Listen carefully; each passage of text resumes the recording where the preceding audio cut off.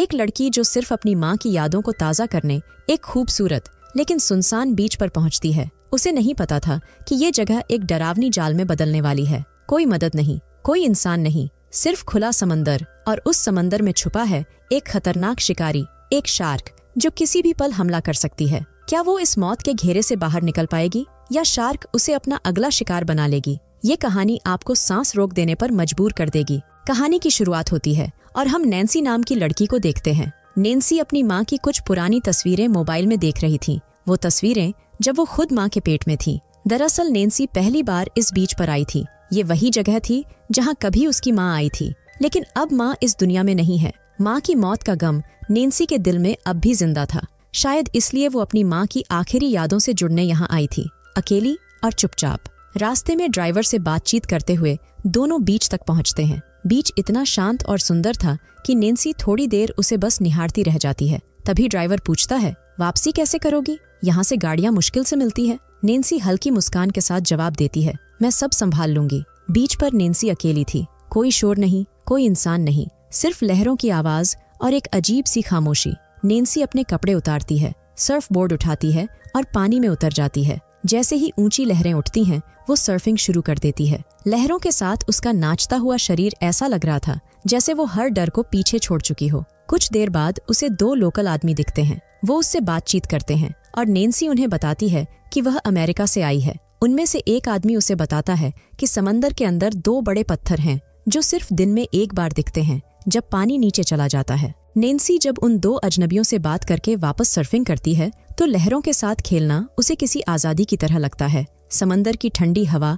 लहरों की आवाज और अकेलेपन की शांति सब मिलकर नैन्सी को एक गहरे सुकून में ले जाते हैं। थोड़ी देर बाद वो थककर किनारे आती है और अपनी माँ की तस्वीरें देखने लगती है। इसी दौरान उसकी बहन का कॉल आता है। दोनों बहनों में हल्की सी बातचीत होती है, लेकिन तभी फोन उसके डैड के हाथ में आता है और बोलते हैं कि तुम्हें अपनी मेडिकल की पढ़ाई नहीं छोड़नी चाहिए थी। नैन्सी जवाब देती है, मैं जल्दी वापस आ जाऊंगी, लेकिन उसकी आवाज में एक अजीब सी उलझन साफ झलकती है। कॉल खत्म होते ही नैन्सी फिर से समंदर की ओर लौटती है, अपनी सर्फ बोर्ड के साथ। तभी वो देखती है कि वो दोनों लड़के जा रहे हैं। उनमें से एक बोलता है, जल्द ही अंधेरा होने वाला है, तुम्हें भी निकल जाना चाहिए।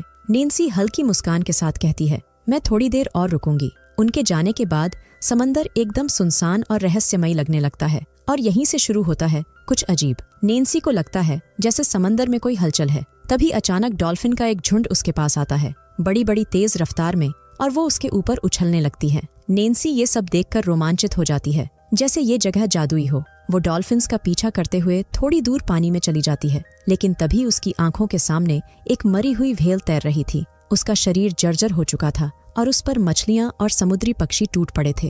ये नजारा जितना डरावना था उतना ही इशारा कर रहा था कि कुछ बहुत गलत होने वाला है। जैसे ही एक बड़ी लहर उठती है, नैन्सी सर्फ बोर्ड पर खड़ी होकर उसे काटती हुई आगे बढ़ती है। सब कुछ सामान्य लग रहा होता है, लेकिन अचानक उसका बैलेंस बिगड़ जाता है और वो सीधे पानी में गिर जाती है। गिरते वक्त नैन्सी का शरीर पानी के नीचे एक तेज पत्थर से टकराता है, जिससे उसे गहरी चोट लगती है। नैन्सी जैसे तैसे पानी के ऊपर आती है, लेकिन तभी उसके आसपास पानी लाल होने लगता है। एक खतरनाक शार्क ने उस पर हमला कर दिया था। नैन्सी दर्द से चीखती है और तेजी से चारों ओर देखने लगती है कि वो कैसे बच सकती है। तभी जान बचाने के लिए नैन्सी तैरती हुई उस व्हेल के पास पहुंचती है और किसी तरह उसके ऊपर चढ़ जाती है। जब वो अपने पैर के गहरे जख्म को देखती है तो उसकी रूह कांप जाती है। घाव बहुत गहरा था और लगातार खून बह रहा था। इसी बीच दूर से वही 2 आदमी कार में वापस जाते हुए दिखते हैं। नैन्सी पूरी ताकत से चिल्लाकर उन्हें बुलाने की कोशिश करती है, लेकिन उसकी आवाज उन तक नहीं पहुंचती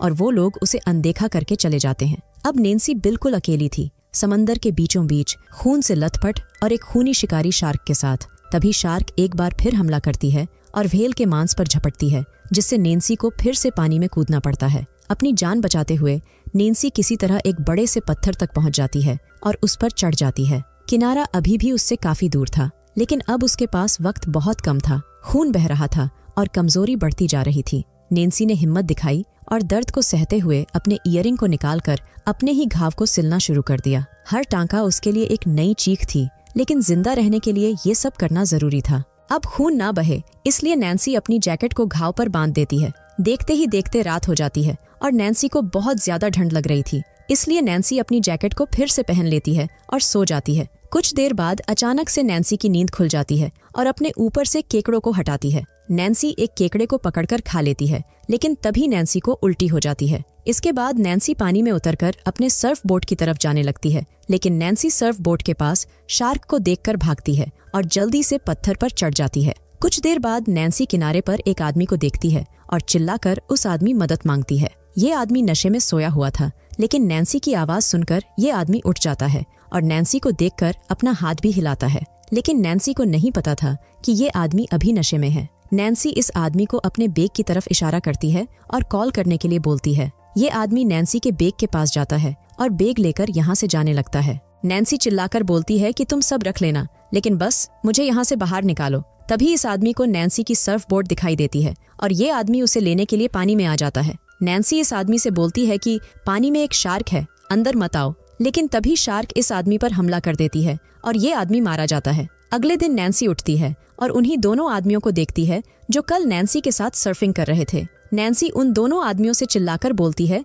कि पानी के अंदर मत आओ, वापस बाहर चले जाओ, पानी में शार्क है। लेकिन उन दोनों तक नैन्सी की आवाज नहीं पहुंच रही थी। तभी शार्क एक आदमी पर हमला कर देती है। ये देखकर दूसरा आदमी नैन्सी की तरफ बढ़ने लगता है। नैन्सी उसे जल्दी से अपने पास आने के लिए बोलती है, लेकिन दूसरा वाला आदमी पानी में ही कहीं गायब हो जाता है। तभी वो आदमी पानी से बाहर आता है और नैन्सी उसे ऊपर खींचने लगती है, लेकिन शार्क इस आदमी को पानी में खींच लेती है। अब नैन्सी समझ चुकी थी कि यहाँ से बाहर निकलना लगभग नामुमकिन है। कुछ घंटे बीत जाते हैं और अब नैन्सी की हालत और भी खराब होती जा रही थी। कुछ देर बाद नैन्सी पानी में हेलमेट के साथ एक कैमरे को देखती है। इसके बाद नैन्सी अपनी घड़ी में टाइमर सेट करती है और शार्क को देखती है। नैन्सी को पता चलता है कि शार्क को व्हेल से पत्थर तक आने में 22 सेकंड लगते हैं। इसके बाद जब शार्क व्हेल के पास जाती है तो नैन्सी टाइमर सेट करके पानी में आ जाती है और दूसरे पत्थर पर चढ़कर हेलमेट को पकड़ने की कोशिश करती है, लेकिन तभी टाइमर पूरा हो जाता है और शार्क भी इसके पास आ जाती है। कुछ देर बाद जब शार्क फिर से व्हेल के पास जाती है तो नैन्सी जल्दी से पानी में जाकर हेलमेट को पकड़ लेती है, लेकिन तभी शार्क नैन्सी पर हमला करने की कोशिश करती है और नैन्सी पानी में गिर जाती है। इसके बाद जैसे तैसे नैन्सी हेलमेट लेकर बड़े पत्थर पर आ जाती है। कुछ देर बाद नैन्सी कैमरे में वीडियो रिकॉर्डिंग्स को देखती है और नैन्सी को पता चलता है कि ये कैमरा उसी आदमी का है जिसने नैन्सी के साथ सर्फिंग की थी। इसके बाद नैन्सी कैमरे में अपना एक मैसेज रिकॉर्ड करती है और बोलती है, मुझ पर एक शार्क ने हमला किया है और शार्क ने 3 लोगों को मार भी दिया है। अगर आपको ये मैसेज मिले तो जल्द से जल्द मेरी मदद करना। और नैन्सी कैमरे को हेलमेट के साथ किनारे की तरफ फेंक देती है। अब शाम धीरे धीरे गहराने लगी थी। सूरज ढल रहा था और समुंदर का पानी भी ऊपर चढ़ने लगा था। जिस चट्टान पर नैन्सी बैठी थी वो अब धीरे धीरे डूबने लगी थी। हालात बेकाबू होते जा रहे थे। तभी नैन्सी की नजर दूर पानी में एक बोया यानी तैरता हुआ इशारा करने वाला लोहे का खंबा जैसी चीज पर पड़ती है। वो समझ जाती है कि अगर जान बचानी है तो उसे वहां तक पहुंचना ही होगा। लेकिन मुश्किल ये थी कि अब शार्क भी उसके आसपास ही मंडरा रही थी। डर और दर्द के बीच भी नैन्सी रिस्क लेती है और पानी में कूदकर बोया की तरफ भागने लगती है, लेकिन तभी शार्क भी उसके पीछे लग जाती है। नैन्सी जान बचाने के लिए पानी के नीचे गोता लगाती है, लेकिन तभी एक जेलीफिश उसके हाथ से टकरा जाती है। बिजली जैसा झटका लगता है और नैन्सी चीख उठती है, मगर अब पीछे मुड़ना मुमकिन नहीं था। दर्द को सहते हुए वो फिर से बोया की तरफ दौड़ लगाती है। शार्क उसकी एड़ी छोटी का पीछा कर रही थी। आखिरकार नैन्सी जोर लगाकर बोया तक पहुंच ही जाती है और किसी तरह उस पर चढ़ जाती है। थोड़ी राहत की सांस लेकर नैन्सी दूर पानी में एक शिप देखती है। उम्मीद की एक हल्की किरण। वो तेजी से बोया का एक लोकर खोलने की कोशिश करती है। कुछ कोशिशों के बाद लोकर खुलता है और उसमें से एक फ्लेयर गन निकलती है। उम्मीद से भरी नैन्सी तुरंत एक फ्लेयर लॉड करती है और फायर कर देती है, लेकिन गोली गीली होने की वजह से ठीक से जलती ही नहीं। वो हार नहीं मानती, एक और गोली लॉड करती है और फिर से फायर करती है। इस बार फ्लेयर जलता है, आसमान में लाल रोशनी फैलती है, लेकिन तब तक शिप दूर जा चुकी थी। शार्क नैन्सी को बोया से गिराने के लिए हर मुमकिन कोशिश करती है। नैन्सी अपनी जान बचाने के लिए फ्लेयर गन से शार्क पर गोली चला देती है, लेकिन उसका कोई असर नहीं होता। तभी नैन्सी को मरी हुई व्हेल के पास बड़ी मात्रा में तेल नजर आता है। यह वही तेल है जो व्हेल के मरने के बाद निकलता है। जैसे ही शार्क व्हेल के पास से निकलती है, नैन्सी मौका देखकर फ्लेयर गन से गोली चला देती है। गोली के लगते ही तेल में आग लग जाती है और शार्क की बॉडी भी जलने लगती है, लेकिन पानी में होने की वजह से शार्क को ज्यादा नुकसान नहीं होता। अब शार्क और भी ज्यादा भड़क चुकी थी। वो फिर से बोया पर हमला करती है और उसे पानी में गिरा देती है। नैन्सी किसी भी हाल में अपनी जान बचाना चाहती है, इसलिए वो बोया के पास छिप जाती है। लेकिन शार्क हार नहीं मानती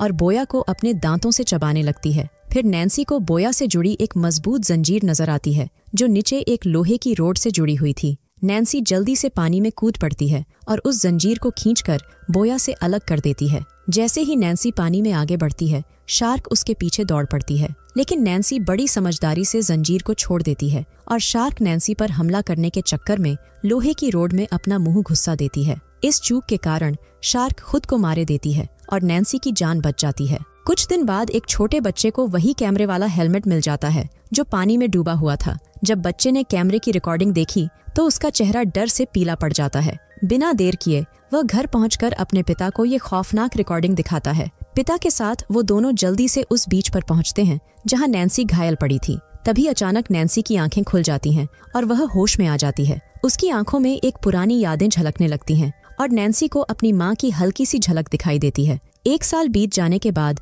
नैन्सी पूरी तरह से ठीक हो चुकी थी। वह पहले जैसे मजबूत और आत्मविश्वास से भरी हुई थी। नैन्सी उसी बीच पर लौट आती है जहां उसका जीवन एक खौफनाक मोड़ पर बदल चुका था। वह अपनी बहन के साथ आती है और दोनों मिलकर सर्फिंग करने लगती है। जैसे पहले कभी सब कुछ ठीक था और ये मूवी यहीं पर खत्म हो जाती है।